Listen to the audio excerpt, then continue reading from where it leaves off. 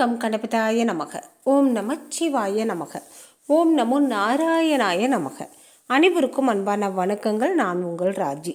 முருகா முருகா என்று உருகுவோர் உள்ளத்தில் உறைந்து அவர் வேண்டிய வரம் அனைத்தையும் கொடுத்து நம்ம வாழ்வை மேன்மை அடைய செய்யக்கூடிய நம் கந்த கடவுளான சொந்த கடவுள் முருகபெருமானை வழிபாடு செய்தால் வாழ்வு நிச்சயமாக மேன்மை அடையும். முருகா என்று உருகுவோர் உள்ளத்தில் எப்போவுமே நிறைந்து இருப்பார். முருகபெருமானை தொடர்ந்து வழிபாடு செஞ்சுட்டு இருக்கிறவங்களுக்கு முருகன், நான் உன்னுடையே இருக்கேன், உனக்கான நல்லதை அனைத்தையும் நான் செய்கிறேன், எப்பவும் உன்னை நான் நிழல் போல் தொடர்ந்து வந்துட்டு இருக்கேன், உனக்கான பேராற்றலையும் ஞானத்தையும் மோட்சத்தையும் நான் கொடுக்க போகிறேன் அப்படிங்கிறத உணர்த்துற 5 விஷயத்தை இந்த பதிவில் நம்ம பார்க்கலாம். முருகபெருமானின் கருணை நம் மீது விழுந்து விட்டது, முருகபெருமானின் கடைக்கண் பார்வை நம் மீது விழுந்து விட்டது அப்படின்னா இந்த 5 விஷயங்களில் ஏதாவது ஒன்று நமக்கு தென்பட்டால் போதும். முதல் விஷயமாக நம்ம பார்ப்பது, முருகா என்று முருகனை வழிபாடு செய்துட்டு அவருடைய சன்னதியில் போய் நின்று அவர் அப்படியே நம்ம கண்குளிர பார்க்குறப்ப உடல் சிலிர்க்கும், நம்மளை அறியாமல் கண்கள்லேருந்து கண்ணீர் கரகரன்னு வரும். முருகா, என்னுடைய வாழ்வு ஏன் இப்படி இருக்குது அப்படின்னு அவர்கிட்ட ஒரு வார்த்தை ஆரம்பிக்காததுக்கு முன்னாடியே உடல் புல்லரித்து கண்கள்லேருந்து நீராக கொட்டும். நமக்கு ஒரு மாதிரி ஒரு உணர்ச்சி தோன்றும். அந்த உணர்ச்சி முருகனுக்கும் நமக்கான தூரம் அதிகமில்லை, முருகபெருமான் நம்மை நெருங்கி விட்டார் அப்படிங்கிறத உணர்த்துறது. இரண்டாவது, முருகபெருமானை பார்த்து நீங்கள் வழிபாடு செய்கிறப்ப ஏதாவது ஒரு சிறிய பூவாவது அவர் மேலிருந்து கீழே விழுகிறத நீங்கள் பார்த்தீங்க அப்படின்னா முருகபெருமான் உங்களுக்கு கேட்குறதையெல்லாம் கொடுக்க போகிறார், உங்கள் கூட எப்போவுமே இருக்க போகிறார் அப்படிங்கிற அர்த்தம்.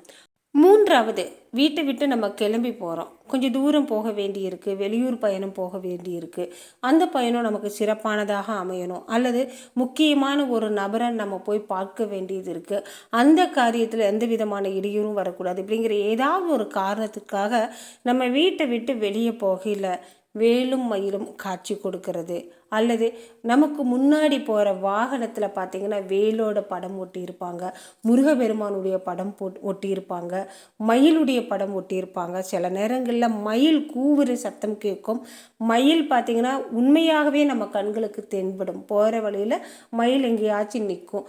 இந்த மாதிரி சின்ன சின்ன விஷயங்கள் தென்பட்டாலே முருகன் நம்மை ஆட்கொண்டு விட்டார், முருகனுடைய அருள் இருக்கும். திரும்ப திரும்ப அவ்வளோ சீக்கிரத்துல எல்லாம் வாகனத்தில் ஒட்டி இருக்கிற படமும் கூடி நம்ம கண்ணுக்கு தெரியாதுங்க. ஆனால் நம்ம ஏதாவது ஒரு காரியமாக யோசிச்சுட்டு முருகனை வழிபாடு செஞ்சுட்டு போகிறப்ப நமக்கு முன்னாடி போகிற வாகனத்துலேயும் கூட முருகனுடைய திருவுரு காட்சி கொடுக்கும். இந்த மாதிரி எல்லாம் தெரிஞ்சுதாலே போதும், முருகனின் அருள் நம்மை நாடி விட்டது அப்படிங்கிற அர்த்தம். நான்காவது, வீட்டில் நம்ம பூஜை அறையில் விளக்கேற்றி வழிபாடு செய்கிறப்ப சந்தனம் மனம் வருவது, அல்லது திருநீர் விபூதி மனம் வருவது, நல்ல ஒரு நறுமணம். இந்த சந்தனம் விபூதி அல்லாமல் ஒரு மனதிற்கு இதமான ஒரு நல்ல நறுமணம் நமக்கு கிடைக்குது அப்படின்னாலும் முருகனின் அருள் அந்த இடத்துல நிச்சயமாக இருக்குது. நல்ல ஒரு மறிக்குழந்த மனம் அடிக்கும். ஒரு மலர்கள் எல்லாம் எல்லா மலர்களும் கலந்த மாதிரி ஒரு மனம் அடிக்கும். ரோஜாப்பூ, மல்லிகைப்பூ, சாமந்திப்பூ, இந்த எல்லா மலர்களும் ஒன்றாக சேர்ந்து இருக்கிறப்போ ஒரு மனம் வரும் பாருங்க. அந்த மாதிரி ஒரு நல்ல வாசம் நம்ம மூக்கில் ஏறுது, நமக்கு அப்படியே உணருது அப்படிங்கிறப்ப நிச்சயமாக அந்த இடத்துல முருகனின் அருள் பரிபூர்ணமாக நிறைஞ்சு இருக்குங்க.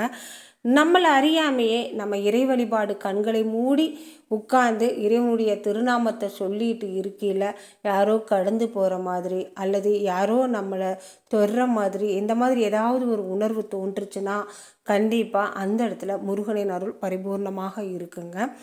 ஆழ்ந்த உறக்கத்தில் ஒரு கனவும் வரும் பாருங்க. அந்த கனவுலையும் கூடி ஒரு கோவிலுக்கு போகிற மாதிரி, ஒரு குழந்தை ரூபத்தில் வயதானவர் காவி உடை உடுத்தி இருக்கிற மாதிரி, பச்சை நிற உடுத்தி இருக்கிற மாதிரி, இந்த மாதிரியெல்லாம் கனவு வந்தாலே முருகனின் அருள் பரிபூர்ணமாக இருக்குது. ஒரு சின்ன பையன் நம்ம கையை பிடிச்சி கூட்டிகிட்டு போகிற மாதிரி இருக்கும். அந்த பையன் நடந்து வர்ற அந்த கால் தடம் பார்த்திங்கன்னா சந்தனமும் குங்குமமும் கலந்த மாதிரி இருக்கும். வீட்டுக்குள்ளே வந்து அமர்ந்து ஓம் என்ற மந்திரத்தை எழுதுகிற மாதிரி இருக்கும். இந்த மாதிரி கனவுகளெல்லாம் வந்தாலே முருகன் நம்ம கூடயே இருக்கார் அப்படிங்கிற அர்த்தம்ங்க. வேல் வரைந்து காட்சி கொடுப்பார் முருகன். கைகளில் வேலோடு காட்சி கொடுப்பார் முருகன். முருகப்பெருமானை நீங்கள் தொடர்ந்து வழிபாடு செஞ்சுட்டே இருக்கிறப்ப, முருகனுடைய நாமத்தை ஒரு நாளைக்கு ஒரு 3 முறையாவது சொல்கிறப்ப நிச்சயமாக நம் கனவிலாவது முருகன் வந்து நமக்கு காட்சி கொடுப்பாருங்க. இந்த மாதிரி ஒரு நல்ல கனவு வருது, நல்ல ஒரு காட்சி நமக்கு கிடைத்தாலே நம்ம வாழ்வில் இருக்கிற பிரச்சனைகள் அனைத்தும் நீங்க போகுது. நம் கஷ்டம், கடன், வறுமை அனைத்தும் நீங்க போகுது. சுபிட்சமான சுபமான வாழ்வு நமக்கு அமைய போகுது. நம் வாழ்வு மேன்மை அடைய போகுது அப்படிங்கிற அர்த்தம்ங்க.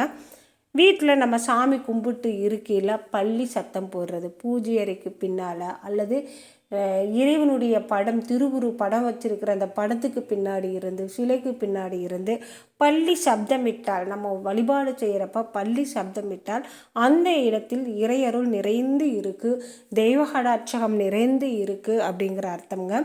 இறைவனை நம்ம எல்லா வழிகளிலும் உணர முடியும்.